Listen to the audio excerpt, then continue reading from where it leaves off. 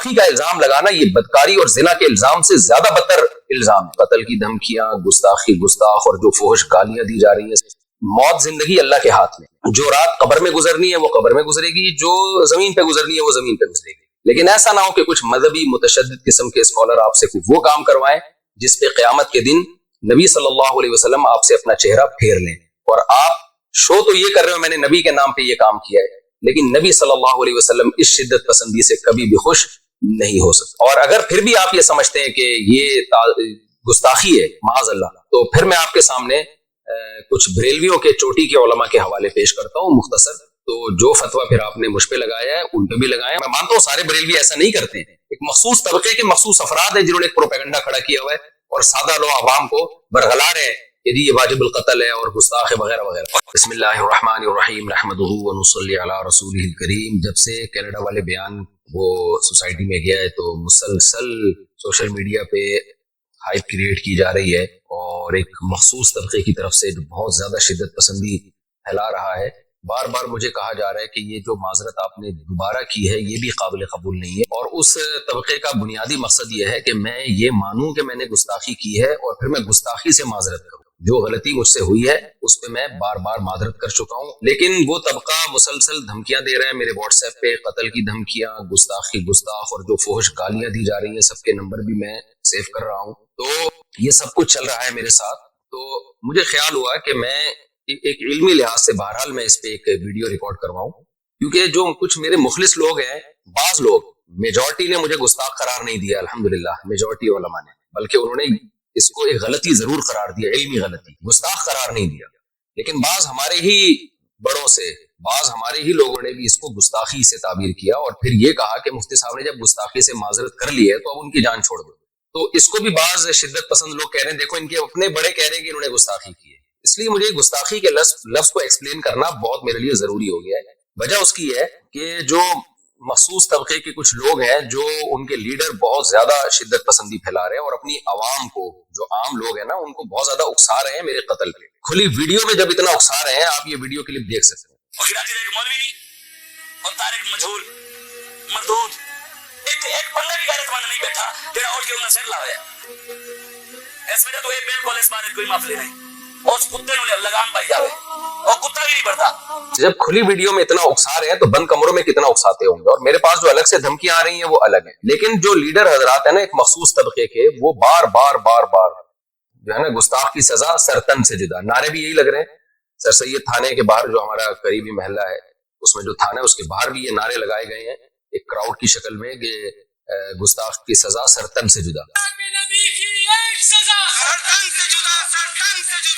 تو میں اس گستاخ کے لفظ کو آج علمی انداز سے ایکسپلین کروں گا، تحقیقی جواب بھی دوں گا، الزامی جواب بھی دوں گا کہ اگر آپ مجھ پہ گستاخی کے فتوے لگاتے ہیں تو پھر آپ ان لوگوں پہ بھی گستاخی کے فتوے لگائیں، تاکہ جو سادہ لوگ ہیں جو واقعی نبی صلی اللہ علیہ وسلم سے محبت کرتے ہیں لیکن وہ غلط فہمی کا شکار ہو گئے، مجھ سے بدگمان ہو گئے کہ مفتی صاحب نے واقعی غلط گستاخی تو بہرحال کی ہے، بعض لوگ یہ کہہ رہے ہیں. تو میں نے جو غلطی کی ہے اس سے میں رجوع کر چکا ہوں، گستاخی میں نے نہیں کی ہے. تو اب میں اس پہ شروع کرتا ہوں. دیکھیے میرا جو بیان تھا میں نے اس میں یہ بات کہی جو کہ غلط الفاظ تھے. میں نے کہا قرآن میں گرامر کے لحاظ سے یہ غلط ہے لیکن اس کو ٹھیک نہیں کیا گیا.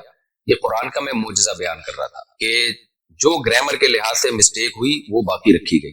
لیکن بیان کے دوران ہی مجھے خیال ہوا کہ یہ لفظ جو تعبیر ہے، جو الفاظ ہے، میرے منہ سے غلط نکل گئے. وجہ اس کی یہ ہے کہ قرآن پہلے ہے، گرامر کے اصول بعد میں وضع کیے گئے ہیں. گرامر قرآن کو دیکھ کے لکھی گئی ہے، نہ کہ قرآن گرامر کا محتاج ہے. یہ ایک ایسی حقیقت ہے جس کو میں اپنے لیکچروں میں پہلے بیان کر چکا ہوں، کئی بار بیان کر چکا ہوں کہ زبان گرامر کی محتاج نہیں ہوتی، گرامر زبان کی محتاج ہوتی ہے.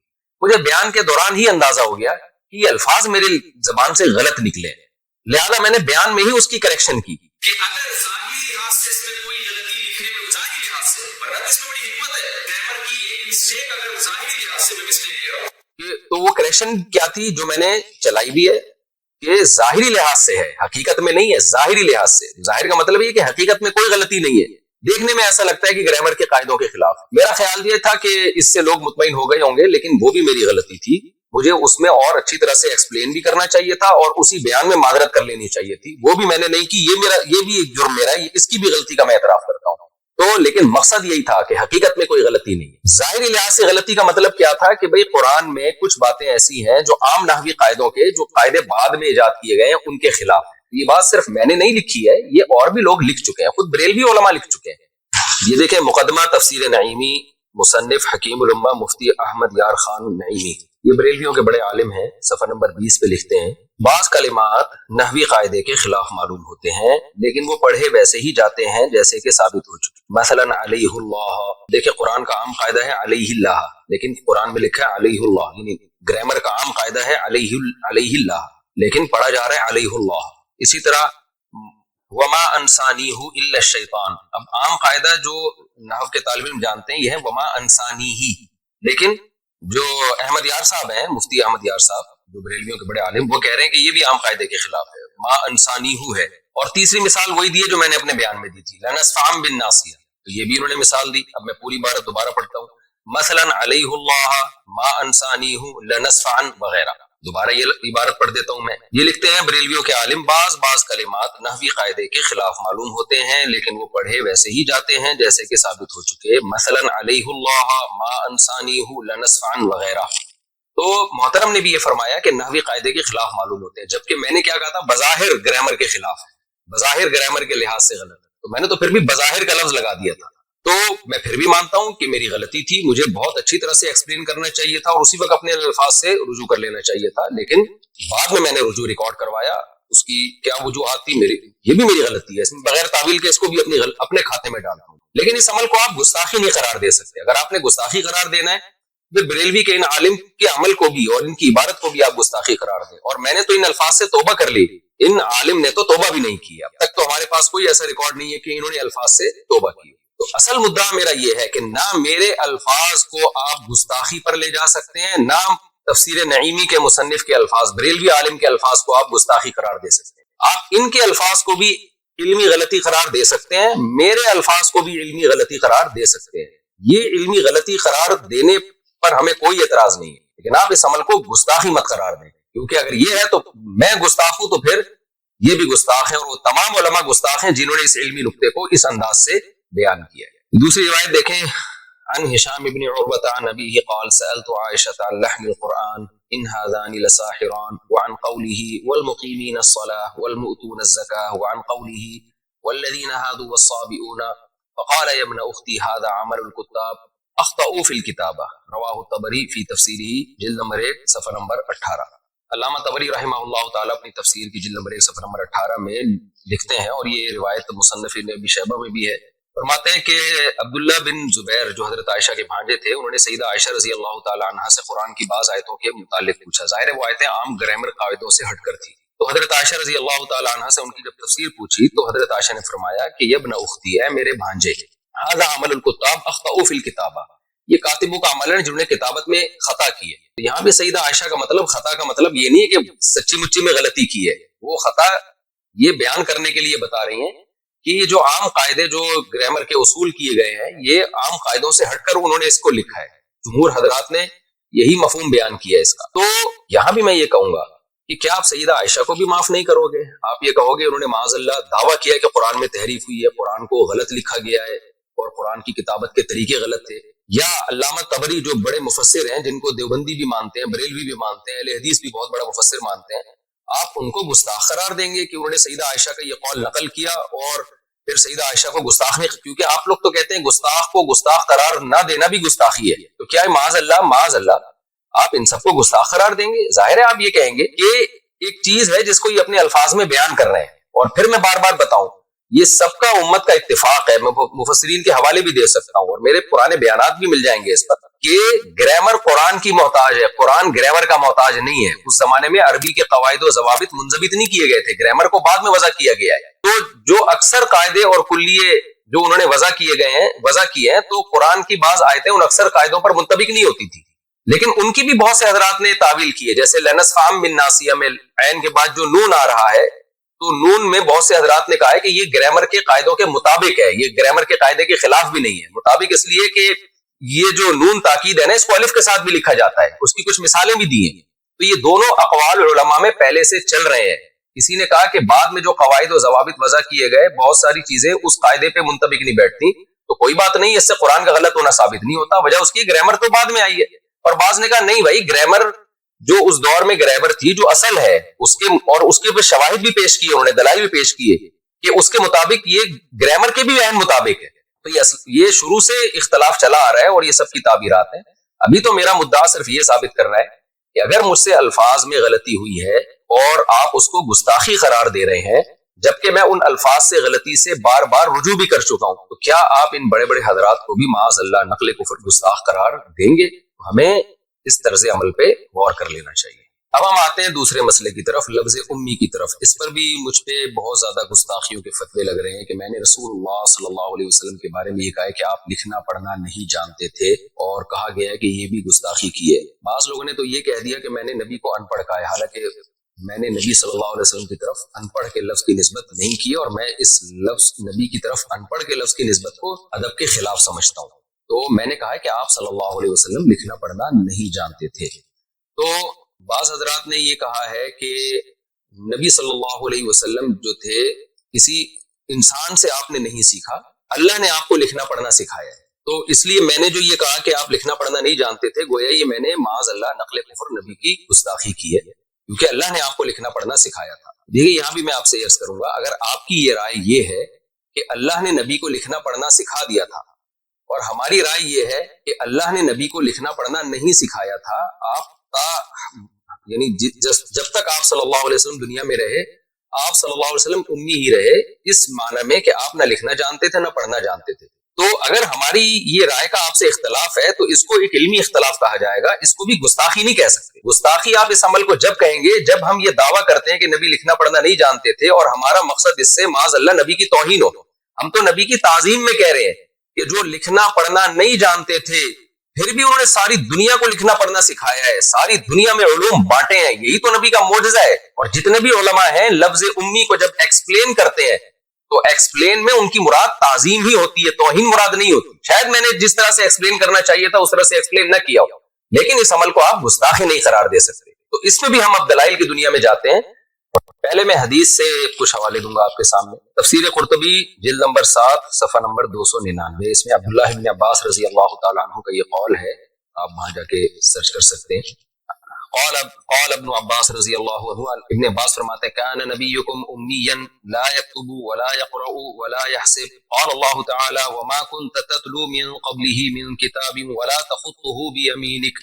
دلیل میں بھی وہی آیت پڑھی ہے عبداللہ بن عباس نے جو میں نے بیان میں پڑھی تھی، دلیل بھی وہی تھی۔ عبداللہ بن عباس رضی اللہ تعالیٰ عنہ فرماتے ہیں تمہارے نبی صلی اللہ علیہ وسلم امی تھے، لا یکتب نہ لکھنا جانتے تھے، ولا یقرأ اور نہ پڑھنا جانتے تھے، ہے نا۔ ما انا بقاری حدیث میں آتا ہے، جب پہلی صورت نازل ہوئی ہے تو جبریل علیہ السلام نے فرمایا اقرأ، تو آپ نے کیا فرمایا تھا؟ ما انا بقاری، تو یہی بات عبداللہ بن عباس نے کی۔ ولا یحسب اور نہ حساب جانتے تھے، اور پھر آپ نے دلیل کے طور پہ قرآن کی آیت پیش کی وما كنت تتلو من قبله من کتاب ولا تخطه بیمینک، کہ آپ کے دائیں ہاتھ نے نہیں لکھا اس کو، اور آپ نے اس سے پہلے کبھی کوئی کتاب پڑھی نہیں ہے۔ اور پھر علامہ قرطبی جو ہے حدیث کی کتاب سے عبداللہ بن عمر رضی اللہ تعالیٰ عنہ سے بھی یہ روایت نقل کرتے ہیں، عن ابن عمر رضی اللہ عنہما عن النبی صلی اللہ علیہ وسلم قال امت امیت لا نکتب ولا نحسب، ہم ایک امی امت ہیں، نہ ہم لکھتے ہیں نہ ہم پڑھتے ہیں۔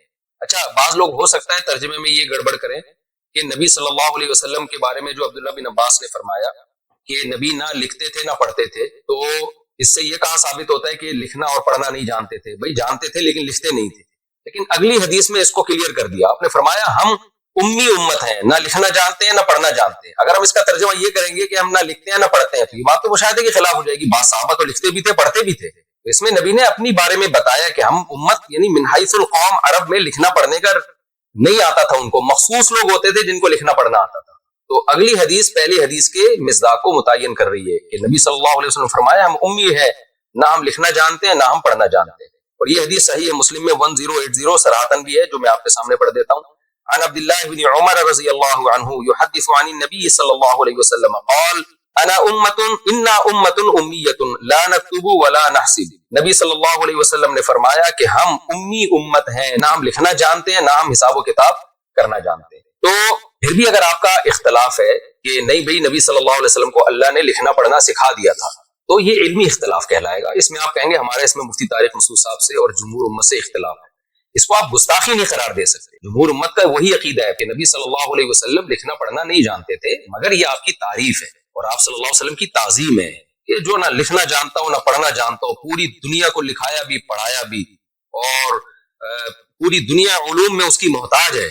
بعد از خدا بزرگ کوئی قصہ مختصر، اللہ کے بعد کوئی صاحب علم ہے تو پیغمبر صلی اللہ علیہ وسلم ہے. تو آپ کیسے میرے اس طرز بیان کو آپ گستاخی قرار دے رہے ہیں؟ یہ صحیح ہے بخاری حدیث نمبر 2731. یہ واقعہ کیا ہے؟ صلح حدیبیہ کا مشہور واقعہ.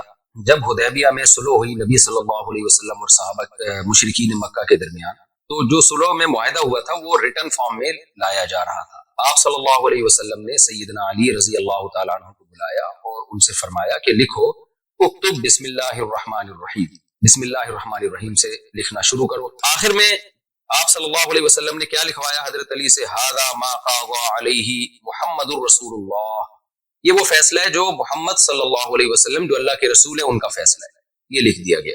مشرکین نے اس پہ بھی اعتراض کیا تو کہنے لگے فواللہ لو كنا نعلم انك رسول اللہ ما صددناك عن البيت ولا قاتلناك. بھائی اگر ہم آپ کو رسول اللہ مان لیں تو ہم آپ سے جھگڑا، پھر ہم آپ سے نہ قتال کرتے نہ ہم بیت اللہ میں آنے سے آپ کو روکتے. سارا جھگڑا ہی اس لفظ کا ہے کہ ہم آپ کو رسول اللہ نہیں مانتے، یہ لہذا یہ لفظ بھی آپ مٹائیں. ولكن اكتب محمد ابن عبد اللہ. کہنے لگے کہ بھئی آپ محمد بن عبداللہ لکھیں. قال النبی صلی اللہ علیہ وسلم واللہ انی لرسول اللہ وان کذبتمونی. اللہ کی قسم میں اللہ کا رسول ہی ہوں اگرچہ تم مجھے جھٹلاؤ. پھر آپ نے سیدنا علی رضی اللہ عنہ سے فرمایا اکتب محمد ابن عبداللہ، اے علی لکھ دو محمد بن عبداللہ.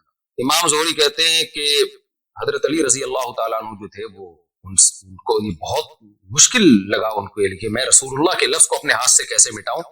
تو نبی صلی اللہ علیہ وسلم نے پھر کیا فرمایا سیدنا علی سے بخاری کی حدیث کے مطابق ارینی مکانہا، اے علی مجھے بتاؤ کہاں لکھا ہے رسول اللہ. فاراہ مکانہا، حضرت علی نے بتایا نبی کو. فمحاہا، نبی نے اپنے دست مبارک سے اس کو مٹا دیا. اس سے بھی صاف پتہ چلتا ہے بھائی اگر ہمارے نبی صلی اللہ علیہ وسلم لکھنا جانتے یا پڑھنا جانتے تو آپ سیدنا علی سے کیوں پوچھتے کہ مجھے بتاؤ کہاں لکھا ہوا ہے. تو یہ تمام چیزیں نبی کی تعظیم کو بڑھاتی ہیں کہ جو پیغمبر نہ لکھنا جانتا ہو نہ پڑھنا جانتا ہو لیکن اس نے ساری دنیا کو علوم سکھائے. اور میں دوبارہ اس شعر کو ریپیٹ کرتا ہوں، بعد از خدا بزرگ کوئی قصہ مختصر. پوری امت کا اس پر اجماع ہے کہ اللہ کے بعد سب سے زیادہ علم اللہ نے سید الانبیاء محمد صلی اللہ علیہ وسلم کو دیا ہے. لیکن آپ کو امی کہنا یا آپ کو یہ کہنا کہ آپ صلی اللہ علیہ وسلم لکھنا پڑھنا نہیں جانتے تھے اور تعظیم کی نیت سے کہنا پھر اس کو ایکسپلین کرنا، یہ تمام باتیں اس بات کی دلیل ہیں کہ یہ کہنے والا نبی کی تعظیم کر رہا ہے.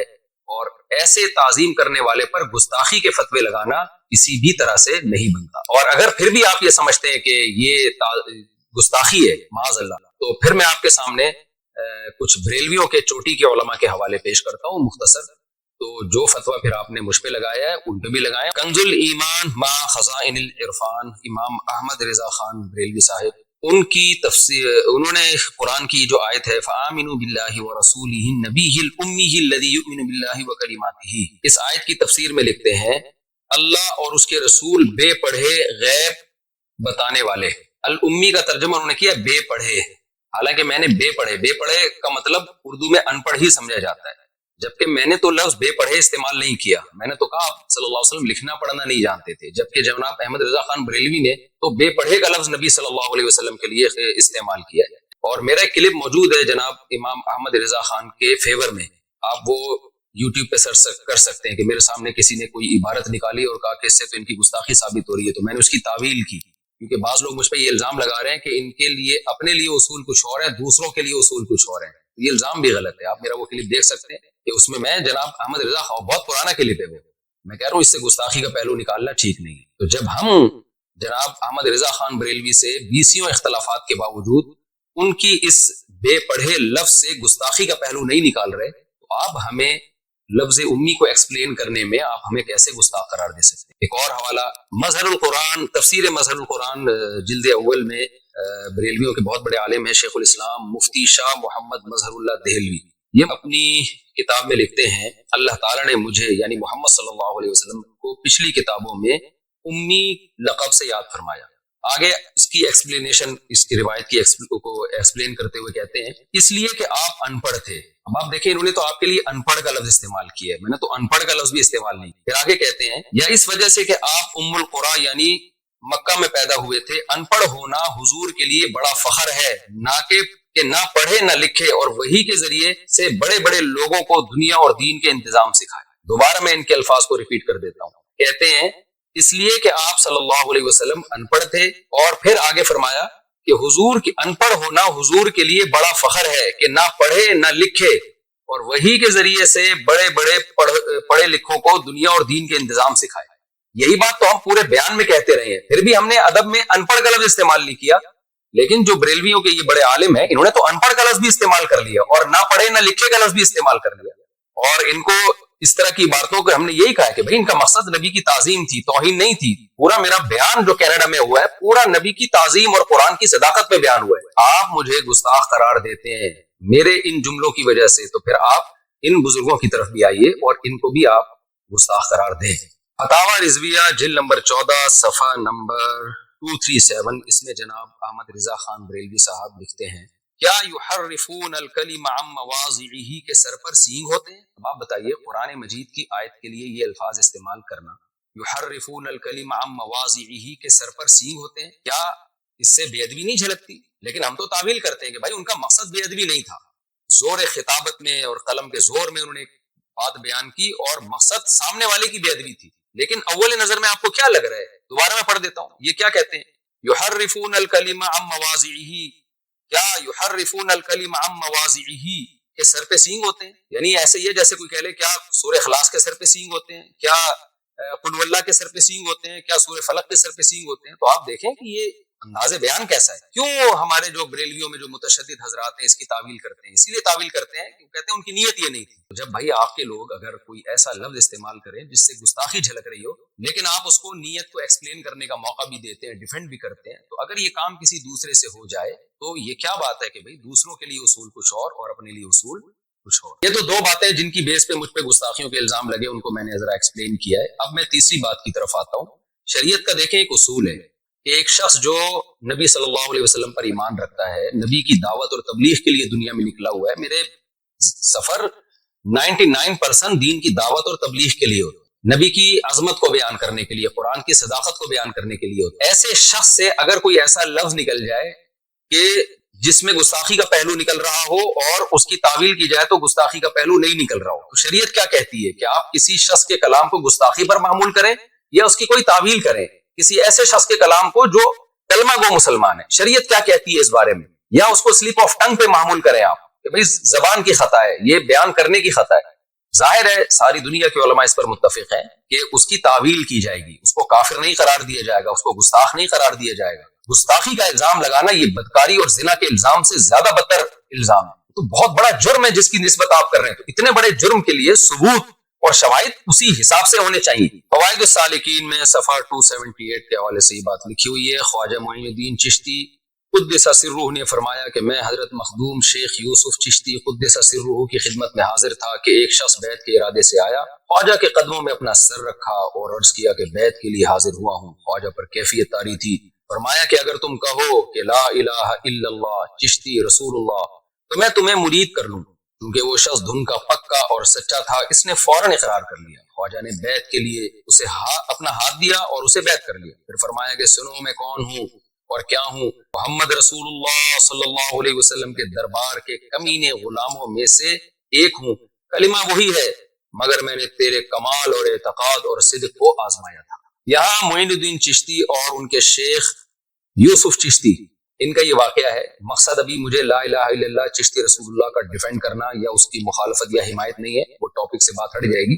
بتانا صرف یہ ہے کہ جو بریلوی حضرات میں جو شدت پسند لوگ ہیں جو مجھے گستاخ رسول قرار دے رہے ہیں، اور میرا دعویٰ یہ ہے کہ جب بھی کوئی شخص ایسے کلمات کہتا ہے تو اس کو ایکسپلینیشن کا موقع دیا جائے گا کہ آپ کی مراد کیا ہے. یہاں لا الہ الا اللہ چشتی رسول اللہ انہوں نے پڑھا، مرید کو اس بیس پہ بیعت کیا، پھر ڈیفینڈ کیا کہ میرا کلمہ وہی ہے جو لا الہ الا اللہ محمد رسول اللہ. تو آپ اس ایکسپلینیشن کو مانتے ہیں کہ نہیں مانتے؟ انہوں نے جو پہلا لفظ تھا نا لا الہ الا اللہ چشتی رسول اللہ، اس میں رسول اللہ کے لفظ میں تعویل کی کہ وہاں رسول اللہ سے میری مراد اللہ کا نبی ہونا نہیں ہے. یہ تعویل ٹھیک ہے غلط ہے، میں اس بحث میں نہیں جا رہا. میں یہ عرض کر رہا ہوں کہ آپ معین الدین چشتی کے شیخ کی اس تعویل کو قبول کرتے ہیں، اسی وجہ سے آپ ان کو گستاخ قرار نہیں دیتے. یہ کام اگر کسی اور سے ہوتا ہے اور لگتا ہے کہ اس نے گستاخانہ لفظ استعمال کی ہے، اس کو ایکسپلینیشن کا موقع آپ کیوں نہیں دیتے اور اس کی ایکسپلینیشن کو آپ قبول کیوں نہیں کرتے؟ کچھ متشدد قسم کے مذہبی اسکالر اپنی عوام کو اکسا رہے ہیں، ابھار رہے ہیں، ان کی عوام ان کی تقریریں سن کے ہائپر ہو رہی ہے، اور وہ مجبور کر رہے ہیں کہ بھئی مفتی طارق مسعود صاف لفظوں میں معافی مانگے، اور صاف لفظوں سے ان کی مراد یہ ہے کہ یہ مانیں کہ میں نے گستاخی کی ہے اور میں گستاخی سے رجوع کرتا ہوں۔ تو خوب سمجھ لیں، کسی شخص پہ بدکاری اور زنا کا الزام لگ جائے، یہ الزام اتنا سنگین نہیں ہے جتنا یہ الزام سنگین ہے کہ میری طرف یہ نسبت کی جائے کہ میں نے نبی صلی اللہ علیہ وسلم کی شان میں یا قرآن کی شان میں گستاخی کی ہے۔ یہ زیادہ بڑا الزام ہے۔ زانی زنا کرنے والا کافر نہیں ہو جاتا، لیکن گستاخی ایک ایسا جرم ہے کہ اس سے انسان اسلام سے خارج ہو جاتا ہے، مرتد ہو جاتا ہے۔ میں جب 18 سال کی عمر میں مدرسے میں داخلے کے لیے آیا ہوں تو اپنے آپ کو میں نے وقف کیا دین کی خدمت کے لیے، اور پھر پیچھے ہم نے پلٹ کے نہیں دیکھا۔ تو کیا ایسا شخص یہ مان لے گا کہ میں گستاخ ہوں یا میں نے گستاخی کی ہے؟ ایک عام ادنا سا مسلمان اس لفظ سے نفرت کرتا ہے، وہ کبھی گستاخی کی نسبت برداشت نہیں کرے گا۔ یہ ہلکا جرم نہیں ہے نبی صلی اللہ علیہ وسلم کی شان میں گستاخی۔ جب جرم کی نوعیت سنگین ہوتی ہے تو اس کے لیے ثبوت کے لیے بھی سنگین قسم کے شواہد چاہیے ہوتے ہیں، لہذا میں یہ نہیں تسلیم کرتا کہ میں نے گستاخی کی ہے۔ جو غلطی مجھ سے ہوئی ہے اس پہ میں معذرت کر چکا ہوں۔ اور آخر میں جو متشدد قسم کے مذہبی اسکالر اتنی وضاحتوں کے بعد بھی اپنی عوام کو اکسا رہے ہیں کہ قتل ناموس رسالت اور جو نبی کا گستاخ ہے اس کو قتل کر دیا جائے، تو میں اپنی بات کو ریپیٹ کرتا ہوں کہ یہ سادہ لو عوام جو واقعی نبی سے محبت کرتی ہے لیکن اپنے کچھ متشدد مذہبی اسکالر کی باتوں میں آ کے ہائپر ہو رہی ہے، میری ان سے گزارش ہے کہ آپ اپنے ان مذہبی لیڈروں سے کہیے کہ حضرت یہ قتل کا کام پھر آپ بنفس نفیس کریں، کیونکہ جب کوئی کسی کو قتل کرتا ہے تو پولیس کیس بنتا ہے، اس کو بھی پھانسی ہوتی ہے، وہ بھی جیل کی کوٹری میں جاتا ہے۔ تو حضرت جنت میں جانے کا شوق صرف آپ ہمیں کیوں دلا رہے ہیں؟ آپ خود یہ کام کیوں نہیں کر لیتے؟ آپ خود جائیں، مفتی طارق مسعود صاحب کو آپ قتل کرنے کی کوشش کریں اور جنت کمانے کی آپ کوشش کریں۔ تو ایسا نہ ہو آپ اپنے مذہبی متشدد قسم کی لوگوں کی باتوں میں آ کے کوئی ایسا اقدام کر لیں۔ موت زندگی اللہ کے ہاتھ، جو رات قبر میں گزرنی ہے وہ قبر میں گزرے گی، جو زمین پہ گزرنی ہے وہ زمین پہ گزرے گی، لیکن ایسا نہ ہو کہ کچھ مذہبی متشدد قسم کے اسکالر آپ سے وہ کام کروائیں جس پہ قیامت کے دن نبی صلی اللہ علیہ وسلم آپ سے اپنا چہرہ پھیر لیں، اور آپ شو تو یہ کر رہے ہو میں نے نبی کے نام پہ یہ کام کیا ہے، لیکن نبی صلی اللہ علیہ وسلم اس شدت پسندی سے کبھی بھی خوش نہیں ہو سکتے۔ اور آخر میں ایک بات میں سیکولر اور لبرل لوگوں کے لیے بھی کروں گا جو میرے بارے میں یہ الزام لگا رہے ہیں، لو آپ اپنے دام میں صیاد آ گیا، اور کہہ رہے ہیں کہ یہ مولوی پہلے ہی لوگوں کو تشدد سکھاتے تھے اور خود اب اس جال میں پھنس گئے ہیں۔ آپ میرے پرانے کلپ دیکھ سکتے ہیں کہ سیالکوٹ والے کیس میں، جنید جمشید والے کیس میں، آسیہ بی بی والے کیس میں، اور جتنے اس قسم کے کیس ہوئے ہیں، اس وقت ہم جو بات کر رہے تھے وہی بات میں ابھی بھی کر رہا ہوں۔ ہمارا بیان بدلا نہیں ہے۔ ہاں کوئی بہت پرانا بیان جس میں کوئی شدت کا کوئی عنصر تھا تو وہ فوراً ہی میں نے رجوع بھی ریکارڈ کرا لیا۔ تو میرے جتنے بیان آپ کو 8-10 سال پرانے تک ملیں گے اس میں یہی دعویٰ ہے کہ گستاخی ایک بہت بڑا جرم ہے۔ گستاخی کو ثابت کرنے کے لیے شواہد اور دلائل بہت مضبوط ہونے چاہیے، اور یہ کام کورٹ کا ہے، عوام کا کام نہیں ہے۔ تو قانون ہاتھ میں لینے کی کوشش نہ کی جائے۔ جزاکم اللہ احسن الجزا۔